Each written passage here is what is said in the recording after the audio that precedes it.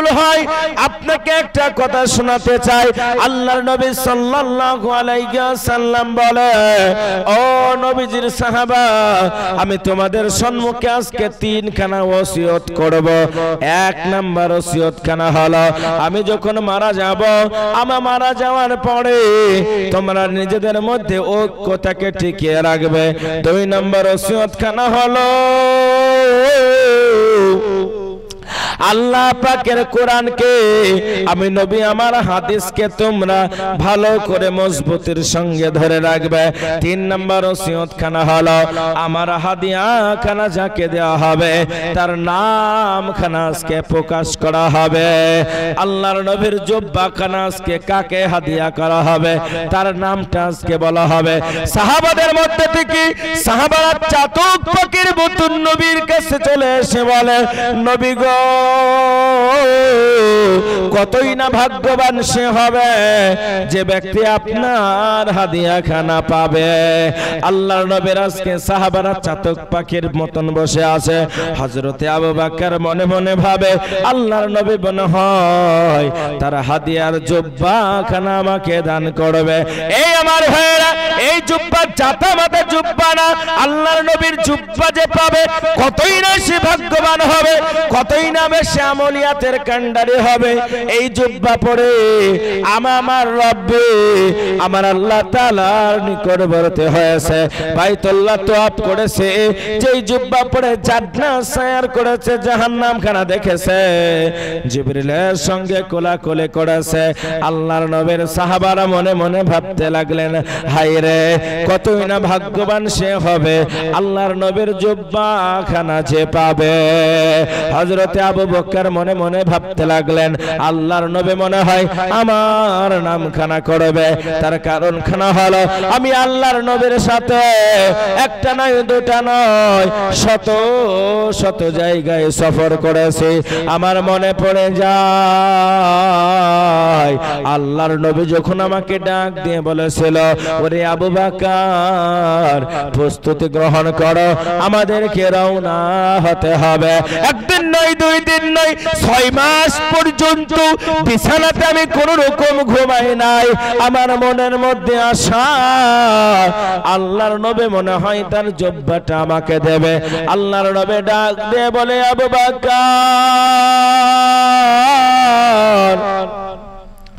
আমার জুব্বা খানা আজকে তুমি পাবে না। হযরতে আবু বকর কাটা কবুতরের মতন ছটফট করে কান্না করতে লাগে। হযরতে আবু বকর যখন পেল না, হযরতে ওমর মনে মনে ভাবতে লাগলেন, হায় রে, আবু বকর যখন পেল না, আমি ওমর আল্লাহর নবীর হাদিয়া খানা মনে হয় আমার কাছে আসবে। তার কারণ খানা হলো, আমি আল্লাহর নবীকে হত্যা করার জন্য খোলা তরবারি নিয়ে ময়দানের মধ্যে চলে গিয়েছিলাম। ময়দানের মধ্যে যেতে যেতে আল্লাহর নবীর প্রেমে পাগল দেওয়ানা হয়ে নবীর কাছে নিজের গর্দান খানা নামিয়ে দিতে রাজি ছিলাম। আমি ওমর মক্কার জমিনে, মদিনার জমিনে কারো এত বুকের পাটা নাই আমার সম্মুখে আমার নবীর দুর্নাম করবে। আমি ওমর, আমার মনের মধ্যে বড় আশা, আল্লাহর নবীর আজকে হাদিয়া খানা নেব। নবী আমার ডাক দিয়ে বলে, ওমর,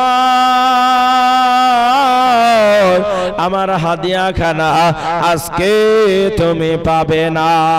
হযরতে ওমর যখন পেল না,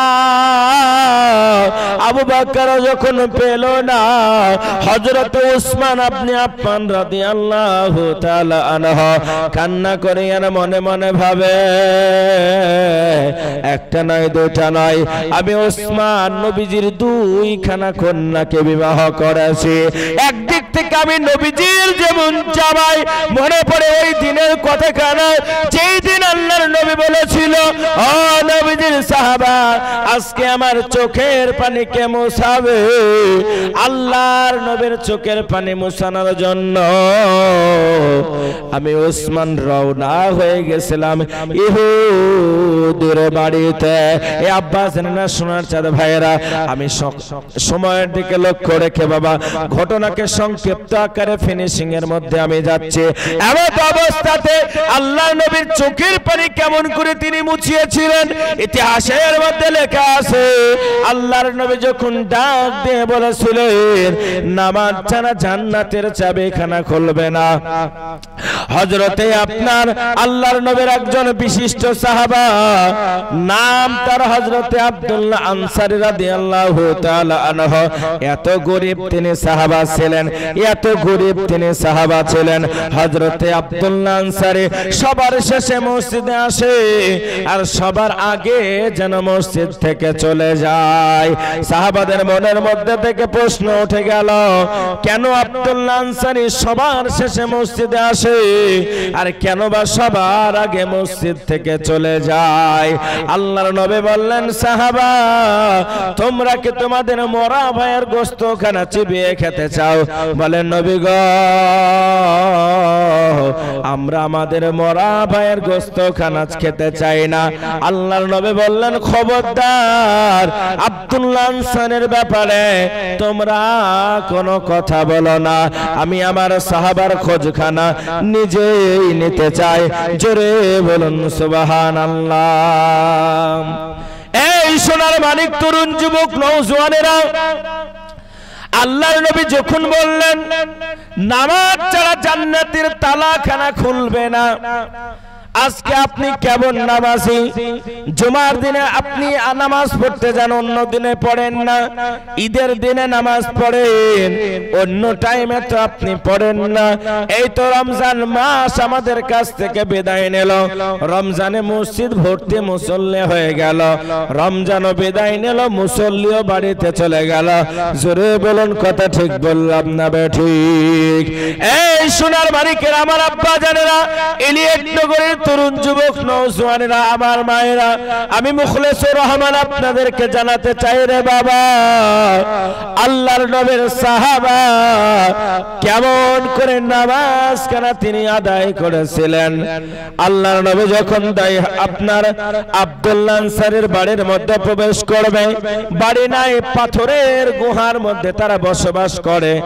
পাথরের গুহার বাইরে থেকে ডাক দিয়ে বলে, আসসালামু আলাইকুম ইয়া আহলাল বাইত। এ বাড়ির মধ্যে কেউ আছে নাকি? আল্লাহর নবীর ডাক শুনে হযরতে আব্দুল্লাহ আনসারী ঘরের মধ্যে থাকার পরেও কোনো উত্তরখানা দেয় না। নবী আমার ডাক দিয়ে বললেন, আসসালামু আলাইকুম ইয়া আহলাল বাইত। নবী আমার দুইবার যখন সালাম দিলেন, সালামের কোনো উত্তর তিনি পেলেন না। আল্লাহর নবী আমাদেরকে শিক্ষা দিলেন, এই পৃথিবীর মানুষেরা, যখন তোমরা কারোর বাড়িতে যাবে সর্বপ্রথম তোমরা সালাম দেবে। এখন সালামটাও আমরা সঠিক করে দিতে শিখে নি। এ বাবা ঠিক বললাম না ভুল বললাম? দোয়া করে দেই নাকি? দোয়া করে দিই। সোনা মানিকেরা, তরুণ যুবক নওজোয়ানেরা, সংক্ষিপ্ত আকারে আপনাদের কাছ থেকে বিদায় নেব। এমন অবস্থাতে সালামের উত্তর যখন পাওয়া যায় না, আল্লাহর নবী আপনার ভরা ক্লান্ত হৃদয়ে ওই জায়গা থেকে ফিরে চলে আসে। এমন অবস্থাতে লক্ষ্য করে দেখা গেল দুইটা খেজুর গাছের সঙ্গে রে বাবা দুইটা কুচি কুচি বাচ্চা যেন বাঁধা আছে। আল্লাহর নবী ডাক দিয়ে বললে, বাবারা তোমাদের নাম কি? তোমাদের বাড়ি কোথায়? এ বাবা তোর বাবার নাম খানা কি? দুইটা বাচ্চা কান্না করে আর বলে, হুজুর গো আমার বাবার নাম হলো আব্দুল্লাহ আনসারী। ইয়া রাসূলুল্লাহ, ইয়া হাবিবাল্লাহ। আল্লাহর নবী বললেন, বাবারা তোরা কেন গাছের সঙ্গে বাঁধা? বাচ্চা দুটো কান্না করে আর বলে, হুজুর আমরা এত গরিব, একদিন নয় দুই দিন নয় গো নবী, কয়েকদিন ধরে আমরা কোনো খাবার খাইনি। এই গাছের তলায় দুইখানা খেজুর পড়েছিল, আমরা দুই ভাই খেজুর খানা কুড়িয়ে খেয়েছিলাম। এই গাছের মালিক যিনি তিনি ইহুদি, আপনাকে মানে না, আমাদেরকে গাছের সঙ্গে বেঁধে দিয়েছে আর বলেছে জরিমানা যতক্ষণ না আদায় করবে তোমাদেরকে খোলা হবে না। হুজুর গো, আমার আব্বা এত গরিব, আমাদেরকে ছাড়ানোর মতন সমর্থন আমার বাবার কাছে নাই। আল্লাহর নবী কান্না করতে করতে চলে আসলেন। আল্লাহর নবীর সাহাবারা বলে, ইয়া রাসূলুল্লাহ, কান্না করেন কেন? কেন ভাই আপনার চোখের পানি? আল্লাহর নবী কোনো কথা বলে না। নবী আবার ডাক দিয়ে বলেছিলেন, আমার উসমান, আমার উসমান কই? উসমান ছাড়া আজকে আমার চোখের পানি কেউ মোছাতে পারবে না। আল্লাহর নবীর সাহাবা উসমান কাকতি হয়ে বলল, ইয়া রাসূলুল্লাহ, আমি উসমান জীবন দিয়ে দেব, আপনার চোখের পানি খানা মোছাবো। আল্লাহর নবী বলে, উসমান, আমার দুইটা কচি কচি সাহাবা একদিন নয় দুই দিন নয় কয়েকদিন পর্যন্ত খাবার খায়নি। ইহুদি তাকে বন্দী করে রেখেছে রে উসমান, আমার সাহাবাগুলোকে আমার দরবারে নিয়ে আসো।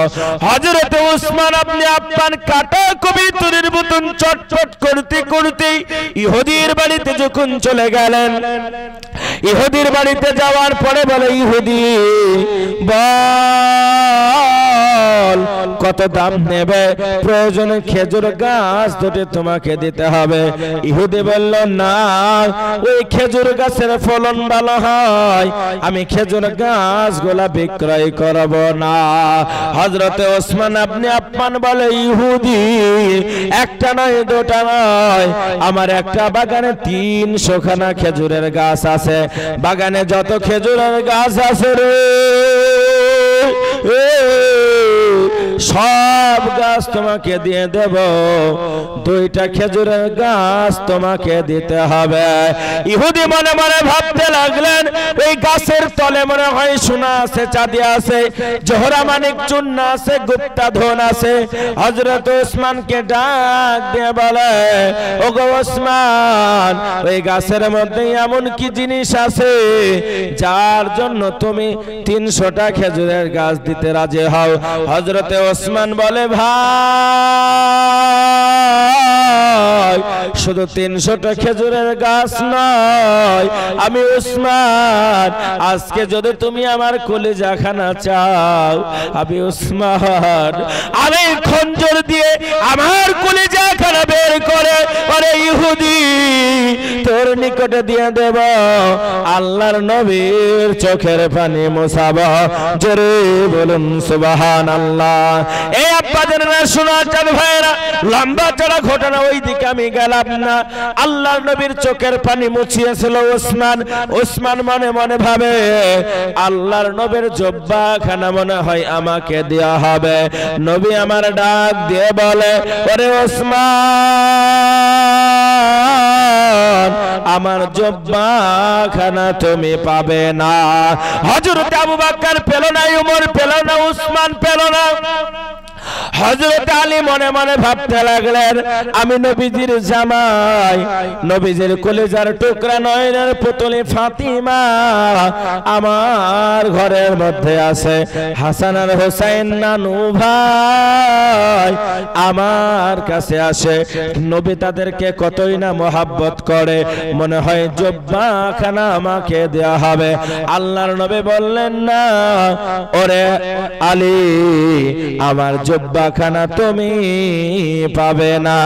জোরে বলুন সুবহানাল্লাহ। এ আমার ভাইরা, জব্বা কে পাবে? কতই না ভাগ্যবান হবে। নবীর সাহাবারা চাতক পাখির মতন বলল, হুজুর গো, আপনার জব্বা খানা কে পাবে? সে কি কোন নবী বংশের মানুষ হবে? আল্লাহর নবী বললেন, না, কোন নবী বংশের নবী হবে না। সে কোন রকমের নবীও হবে না, নবী বংশের লোক হবে না, আমার পাগল আমার মাহবুব যার নাম হবে উবাইস। এ আলী তুমি শোনো, ওমর তুমি শোনো, তুমি তার সঙ্গে দেখা পাবে, আমার আমানতখানা তার কাছে পৌঁছে দেবে। এই আমার আব্বা জানে না, লম্বা চলা ঘটনা আমি আপনাকে সংক্ষিপ্ত আকারে শোনাই। এমত অবস্থাতে হযরতে ওমর হযরতে আলী আল্লাহর নবী ইন্তেকাল করার পরে দুজনাই রওনা হয়ে গেলেন। রওনা হতে হতে আপনার কোরআন নামক শহরের মধ্যে যখন পৌঁছে গেলেন, কোরআনের লোকদেরকে ডেকে বলে, ওগো কোরআনের মানুষেরা, উবাইস নামে তোমরা কাউকে চিনো নাকি? কোরআনের লোকেরা বললেন, না না না, উবাইস নামে আমরা কাউকে চিনি না, তবে একটা পাগল দেখা যায়। একটা ওই পশ্চিমের দিকে তুমি চলে যাও, একটা গাছ দেখতে পাবে, যে গাছের মধ্যে একটাও পাতা নাই। একজন পাগল সব সময় জিকির করে, জোরে বলুন সুবহানাল্লাহ। এই সোনার মানিকেরা হযরতে আল্লাহর নবীর সাহাবা হযরতে আলী আর ওমর দুইজন রওনা হয়ে দেখে চামড়ার একটা জায়নামাজখানা বিছিয়ে দিয়ে হযরতে উবাইস যেন আল্লাহর ধ্যানে নামাজখানা আদায় করে। হায়রে নামাজ কত সুন্দর! আলী যেন ডাক দিয়ে বলে, ওমর লক্ষ্য করে দেখো তার নামাজ কতই না সুন্দর। গুটি গুটি পায়ে যখন আস্তে আস্তে কাছে আপনার আগিয়ে গেলেন, লক্ষ্য করে দেখতে পেলেন চোখ দিয়ে যেন টপ টপ করে পানিগুলা পড়তে শুরু করে। নামাজটা সম্পন্ন করার পরে হযরতে আলীর দিকে তাকায়, হযরতে ওমরের দিকে তাকায়, সালাম দিয়ে বলে, আসসালামু আলাইকুম ভাই ওমর, আপনি কেমন আছেন? আবার সালাম দিয়ে বলে, আসসালামু আলাইকুম ওগো নবী সাহাবা আলী, আপনি কেমন আছেন? হযরতে ওমর অবাক চিত্ত নয়নে তাকিয়ে থাকলেন, আলী অবাক হয়ে দেখতে থাকলেন। তার কারণখানা হলো, ওমর কোনোদিন উবাইসকে দেখেনি, উবাইস কোনোদিন ওমরকে দেখেনি। এই আমার ভাইরা, আলী কোনোদিন উবাইসকে দেখেনি, উবাইস কোনোদিন আলীকে দেখেনি। কাটনা কোনি আর বলে, ভাই কোনোদিন তোমার চেহারা খানা আমরা দেখিনি, কেমন করে আমাকে চিনতে পারলে? জোরে বলুন সুবহানাল্লাহ। বলে, ভাই কেমন করে তুমি আমাকে চিনতে পারলে? হযরত ওমর ডাক দিয়ে বলে, উবাইস কয়েকটি কথা তোমাকে জানতে চাই। পৃথিবীর বুকে কি এমন আমল করো যার জন্য মদিনাতুল মুনাওয়ারা থেকে কোরআনের জমিনে আমরা তোমাদের কাছে এসেছি? হযরত উবাইস বলল, ভাই পৃথিবীর বুকে এমন কোন আমল আমার নাই। আল্লাহর নবী যখন যুদ্ধের ময়দানে গিয়ে তার দান মোবারককে শহীদ করেছিলেন, আমি আমার সমস্ত দাঁতগুলাকে আল্লাহর নবীর শহীদ হওয়া দাঁতের দিকে লক্ষ্য রেখে আমি আমার সমস্ত দাঁতগুলাকে ঝরিয়ে দিয়েছি। এইবার তুমি শুনে নাও, কেমন করে তোমাকে চিনতে পারলাম? হযরত আলী বলে, ভাই একটা জিনিস তোমাকে জানতে চাই, তোমার মতন ভাগ্যবান দুনিয়ার বুকে কেউ নাই। হযরত উবাইস কান্না করে আর বলে, আলী রে, আমার মতন হতভাগা দুনিয়ার বুকে আর একটা তুমি পাবে না। তার কারণ খানা হলো, নবীর বুকে জন্ম হওয়ার পরে আল্লাহর নবীজির চেহারা খানা দেখার আমার সুযোগ হলো না। আল্লাহর নবী স্বপ্নে এসে বলে, উবাইস তুমি তোমার অসুস্থ মায়ের সেবা করো, আমার হাদিয়া খানা তোমার নিকটে পৌঁছে যাবে। উবাইস নবীর যুগে জন্ম হওয়ার পরেও আল্লাহর নবীর কাছে যেতে পারেনি, নবীর কাছে গিয়ে সাহাবা হওয়ার সৌভাগ্যখানা তিনি পারেননি, শুধুমাত্র মায়ের সেবা করার কারণে। মা দোয়া করেছিল, আল্লাহ আমার উবাইসকে দুনিয়াতেও তুমি ইজ্জত দিও, আখিরাতের জমিনেও তুমি ইজ্জত খানা দিও। আব্বা জানেরা, সোনার চাঁদ ভাইয়েরা, আল্লাহর নবীর হাদিয়া খানা দিয়ে তারা মদিনাতুল মুনাওয়ারার দিকে রওনা হয়ে গেলেন। মায়ের দোয়ার ফজিলতে, মায়ের দোয়ার কারণে হযরতে উবাইস এতটা সম্মানিত হয়েছে। এই জন্য আমি বলবো আমার আব্বা জানেরা, সোনার চাঁদ ভাইয়েরা, যেনারা কলিজার টুকরা মাকে পেয়েছেন, মাকে মোহাব্বত করবেন, মাকে ভালোবাসবেন, আল্লাহর জান্নাতটা আপনাদের জন্য বড় সহজ হয়ে যাবে। এই জন্য আমার ভাইয়েরা, আমি আপনাকে যেটা বলতে যাচ্ছিলাম, আপনার মা যখন আপনাকে দুনিয়ার জমিনে ভূমিষ্ঠ করলেন, কতই না কষ্ট করলেন।